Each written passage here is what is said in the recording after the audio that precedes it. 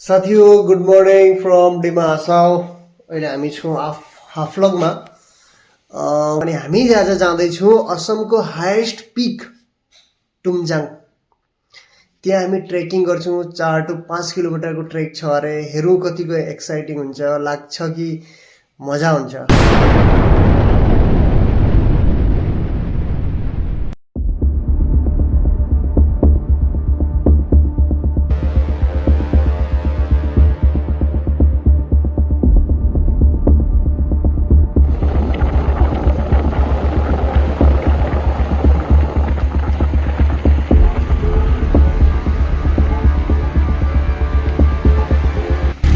Now we are traveling towards the highest peak of Assam, which is called Tumjang Peak, and it takes not more than 40 kilometers towards there. So after reaching there, we will, trek for almost 4 to 5 kilometers to reach that particular peak.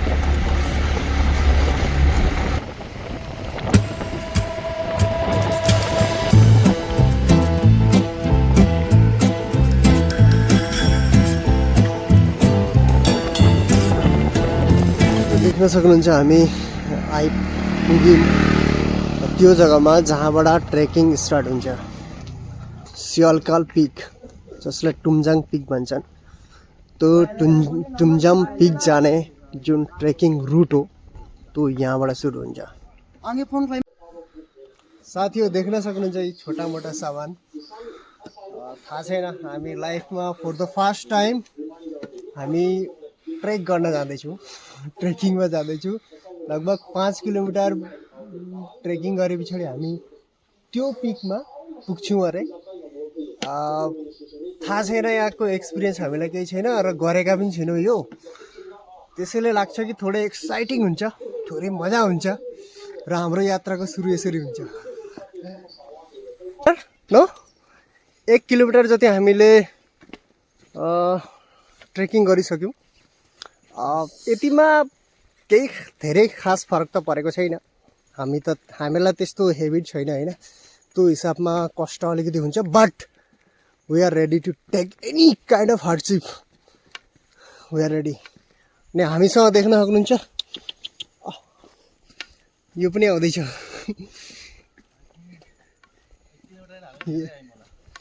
एक kilometre धेरै 3600 steps sir हुन्छ। साथी हो, यहाँबाट आयो हाम्रो असली खेला। यहाँबाट अब यस्तो ठुलो बाटो छैन, सानो बाटो, कष्टकर बाटो। यो बाटो हुँदै हुँदै अब हामी जानुपर्छ माथि पिकमा। सो हामी लाग्यौँ टुमजाङतर्फ, टुमजाङ राइट। साथी हो, हामी आउँदा आउँदै आइपुग्यौँ। कति आइपुग्यौँ होला? 3 किलोमिटर, लगभग 3 किलोमिटर, अझै 2 किलोमिटर। 2 किलोमिटर छ। ओके, यसरी चढाइ चल्दैछ र चढाइको साथसाथ हाम्रो स्टेमिनाको पनि टेस्ट हुँदैछ र तर धेरै एक्साइटिङ हुँदैछ। ढलालले परीक्षा पनि लिँदैछ। यो ढलान अहिले त अब अलिकति समानै देखियो, यताबाट हेर्दाखेरि ढलानै हो। सो मजा आउँदैछ। यो नजारा पनि देखिँदैछ, यी साह्रै नै ब्युटिफुल नजारा देखिँदैछ। अझै माथिबाट त अझै ब्युटिफुल देखिन्छ। कति शान्त परिवेश छ यार।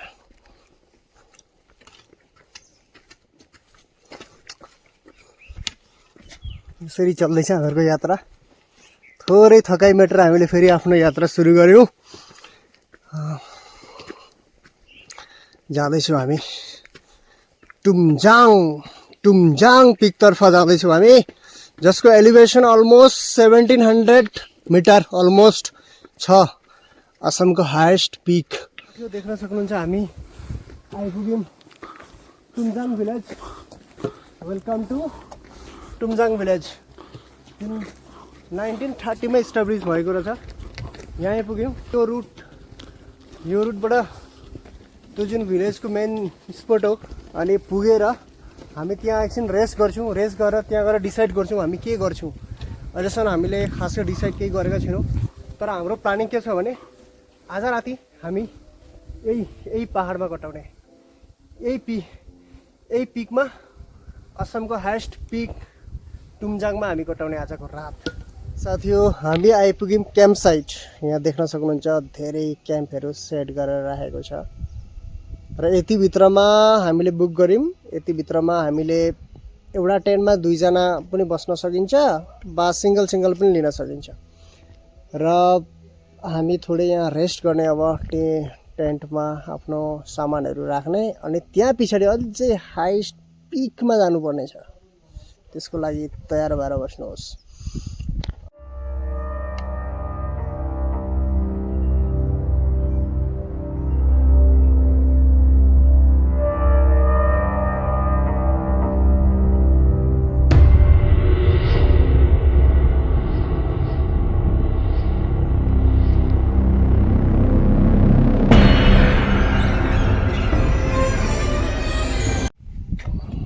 यसरी क्याम्प साइटमा आइपुगेपछि हामीले क्याम्प बुक गऱ्यौँ होइन, बुक गऱ्यौँ। अब हामीले यतिभित्रमा चुज गर्नु छ, कुनै पनि एउटा, कुनै पनि 2टा हामीमा अप्सन छ। र हाम्रा प्रिय सतीर्थ साङ्गठनिक सतीर्थले चुज गर्नुभयो। उहाँले धेरै विवेचना गरेर उहाँको भ्यूलाई लक्ष्य राखेर बिहानको सनराइजिङ हेर्छु भन्दै, यहाँबाट हेर्ने भन्दै यो टेन्टलाई चुज गर्नुभयो। लु फिता काट्नु पनि भयो उहाँले, आफ्नो सामग्रीहरू पनि भित्र राख्नुभयो। र फिता काटे पछाडि एउटा केही मन्तव्य दिनुहोस्। इन्सपेक्सन चल्दैछ। यो मेरो लागि चुज गरिदिनु भएको अरे हजुरले? सेम हो नि? ठिक छ, लु भन्नुहोस्। अब जाने हो पिकमा। अब पिकमा जाने। हामी तर थियो एकछिन विश्राम गरेर थोरै ब्रेकफास्ट पनि गरेर, लन्चै भन्न सकिन्छ, गरेर हामी निस्क्यौँ। अब माथि टुप्पोमा पुग्ने हामी। र मेरो साथी छ अगाडि। अनि अब जान्छौँ हामी यो जङ्गलको बाटो हुँदै एकदम माथितर्फ जाने हामी प्रयास गर्दैछौँ। अब तुमजाङ पिकको एकदम टपमा जाने। ल हाम्रो यात्रामा बनिरहनु होला हजुरहरू पनि, यसरी अघि र डन्ठो र यो साथमा। रिलिफ के छ भने हामीले बेग हाम्रो टेन्ट भित्र राख्यौँ, हामी जहाँ सुत्छौँ भरे बेलुका त्यहाँ राख्यौँ। र अहिले अलिकति फ्री भयो, अलिकति रिल्याक्स भयो। एकछिन विश्राम, हल्का एउटा नेप लिएर हामी अघि लाग्दैछौँ। ल फेरि भेटौँ ल साथीहो। तपाईँहरूले कुनै यहाँ बाटो देख्नु हुँदैछ हिँड्ने? छैन होइन, अलिकति ट्रेल थियो भन्न सकिन्छ, तर अचानक जाँदा त्यो ट्रेलै गायब भयो। त्यो गायब भएकाले गर्दाखेरि अहिले हामी बाटो भुल्यौँ, हामीले कम्प्लिटली भुल्यौँ। अब हामीहरूलाई भनेका थिए कि 2टा बाटो छ जाने, जुन राइट साइडको बाटो लिएर तिमीहरू गयो भने माथि तुमजाङ पिकमा एकदम शानदार भ्यू देख्छौ र मजा लाग्छ। हामीले त्यसलाई फलो गऱ्यौँ। फलो गरे पछाडि हाम्रो अवस्था यो भयो कि हामीसँग बाटो छैन। अलिकति हल्का निराश पनि भइसकिरहेको छौँ हामी, तर हामीसँग कन्फिडेन्स छ, हामी केही गर्छौँ, निस्किन्छौँ यहाँबाट। बाटो कुनै छैन, भेटेका छैनौँ अहिले। तर नयन हाम्रा प्रिय सतीर्थले हिम्मत हारेका छैनन्, खोज्दैछन् केही।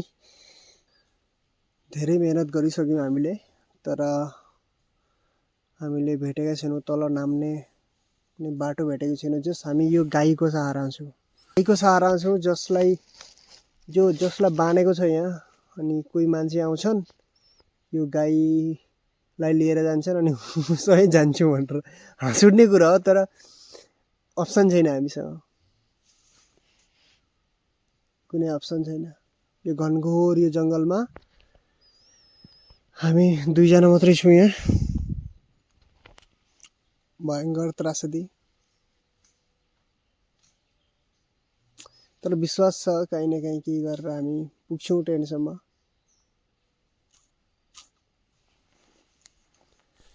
हामी बस यो गाईको सहारामा छौँ हामी अहिले हामी भन्न सकिन्छ वी आर लोस्ट हामीलाई थाहा छैन नयाँ जग्गाहरू हामीले अलिकति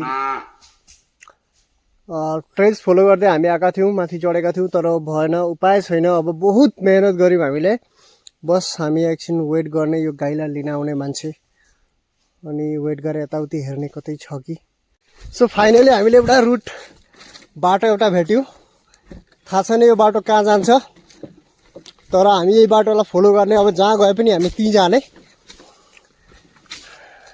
मेरा सतीर्थ हिम्मत हारिसकेका थिए थोरै उम्मीदको किरण जागो yes we got misinformation and now there are two guys who are following us and they will give us direction anyway now this is the perfect route And finally God help us.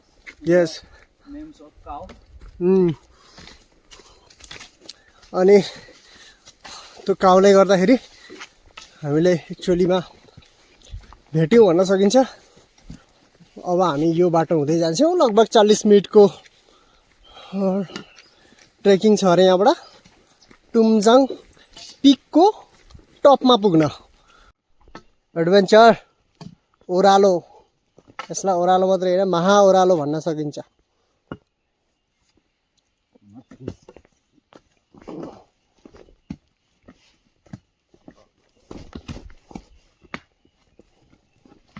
यस्तो बाटो हुँदाहुँदै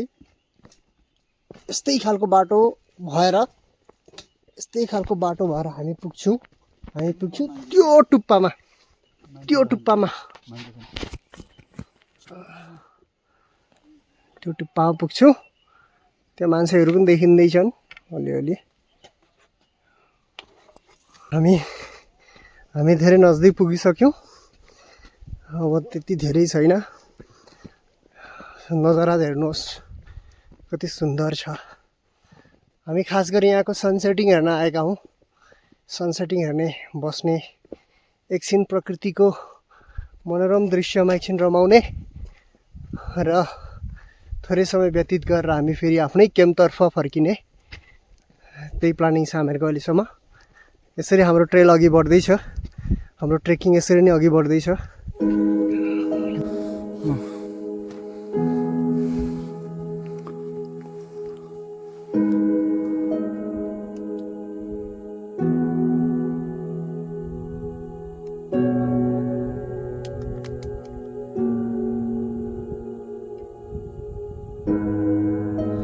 साथीहो हामी आइपुग्यौँ टुमजाङ pick यो टुमजाङ pick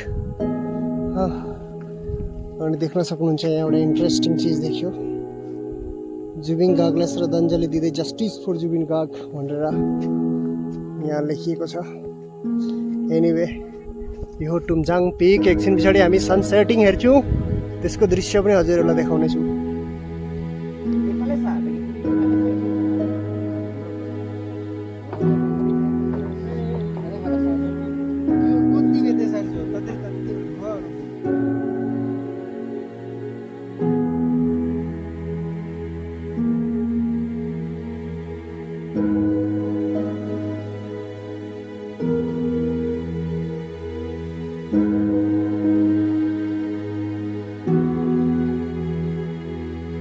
Okay guys, we have reached the Tumjang peak and it is the time of sunsetting and so I will try my best to show you how it looks